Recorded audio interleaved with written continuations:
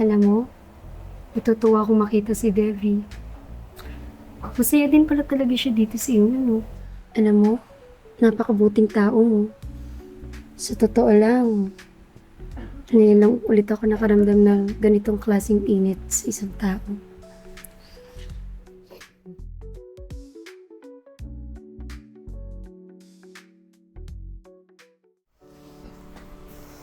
Grabe, ang laki na ng anak natin. Kaya nga eh. Nga pala, nahanap na ba yung nanay niya?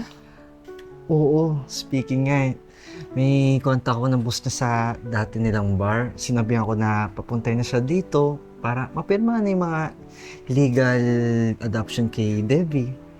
Bakit ba kasi hindi natin to kagad inasikaso dati? Eh di sana wala tayong problema ngayon. Daddy, Papa, niluluto niyo po ba yung favorite pancake ko? Yes, B. Yay! Excited na po akong mag-eat. Tara? Halika kayo. Sino yan? Hello! Kamusta mga akla? Grabe, kakakontak ko na ng boss mo nakaraan. Nandito ko na agad. Siyempre, sino bang aayos sa libreng bakasyon? Bakasyon? Ano bakasyon? Ay kasi, total, nandito na rin naman ako para sa mga papel na ipapapirma nyo. Naisipan ko na muna na magbakasyon muna dito. Kaya hihingi muna ako sa inyo ng favor na makitira muna dito ng ilang araw. Total, hindi naman siguro isang araw ang pag-process sa papel, di ba? Pero, hayaan mo na. Imala nga naman natin, di ba? Pagkatapos niyang pumirma, baka may iba pang kailangan asikasuhin. Yun mo na. Are you sure this is a good idea? Ako na ang bahala. Sige, tara, pasok ka na para makilala mo na si Devi. Tara, pasok ka.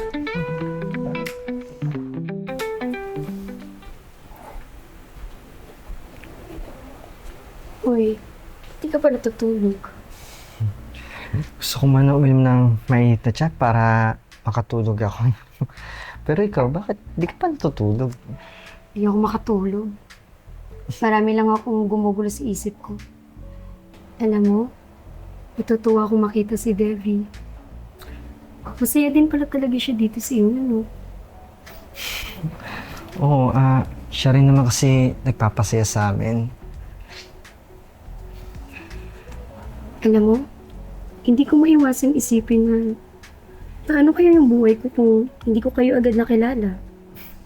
Kung mas maaga lang sanang naging maayos. Tapos na yun, ang importante, nandito ka na para makilala mo na agad si Devi. Alam mo, napakabuting tao mo. Sa totoo lang, ngayon lang ulit ako nakaramdam ng ganitong klaseng init sa isang tao. Tama na. Nire-respeto ko presensya mo. Itong ginagawa mo, mali to.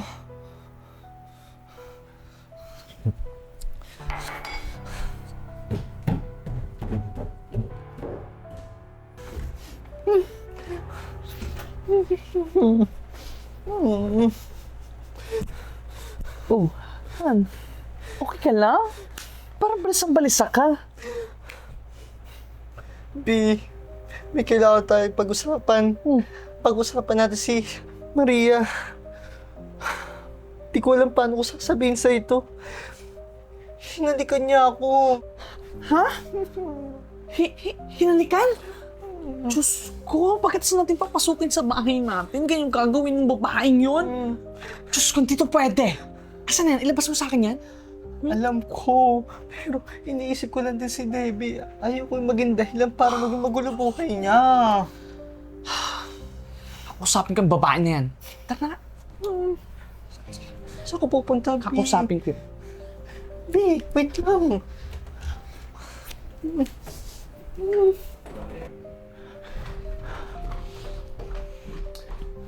Maria, kailangan natin mag-usap. Alam ko na yung sasabihin niyo. Patawarin niyo ako sa nagawa ko. Hindi ko rin alam kung ano yung pumasok sa isip ko. Nandito ka para makilala si Debbie. Tsaka, para tulungan kami maging formal at legal yung pag-ampon namin sa kanya. Diba? Ayun na pag-usapan natin. Oo, alam ko. Pero mahirap kasing tanggapin eh. Alam niyo ba kung gaano kahirap sa akin na makita yung anak ko sa piling ng iba?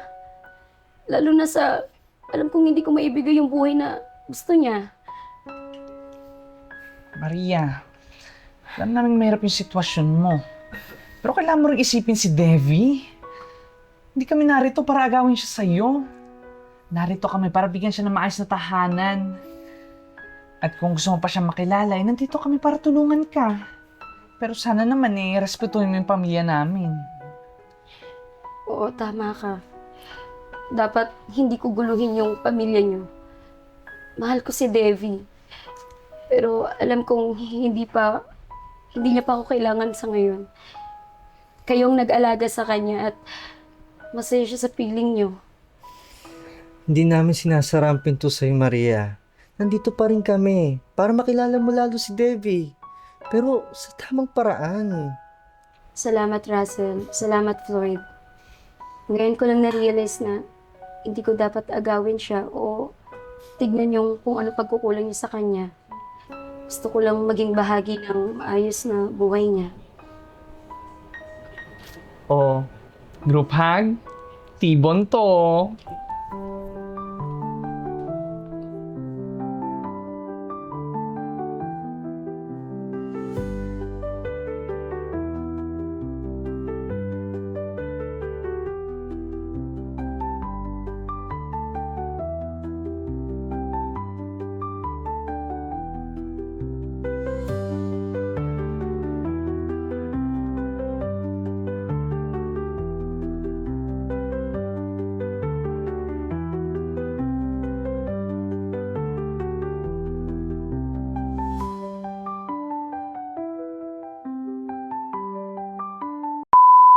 Hindi niya pa ako kailangan sa ngayon. Kayong nag-alaga sa kanya at masaya siya sa piling niyo. Nandito kami. Di pa sara ang pinto. Wait lang. Hindi namin sinasara yung pinto kasi... Hindi ko nga, ewan. Kina-start nila ng Devi eh. Naging Devi na. Rolling. Devi. Ako na yung start. Ako na yung start na. Sige. Hindi namin sinasara ang pinto sa'yo, Maria. Ready? 3, 2, 1, action. Salamat, Russell. Salamat, Floyd. Ngayon ko lang na-realize na kita ka. Okay lang. What's up, Crazy Fam? Ako nga pala si Floyd Ritz Florentino. And please subscribe our YouTube channel, The Crazy Ones. And kindly please like and follow our Facebook and TikTok page, The Crazy Ones. Sa The Crazy Ones, life never gets old. It's all so sweet. Oh yeah. So wherever we go, the story's told. With the crazy ones, life never gets old. Let's go. Living this life, feeling it in our soul. With the crazy ones, yeah, let's roll.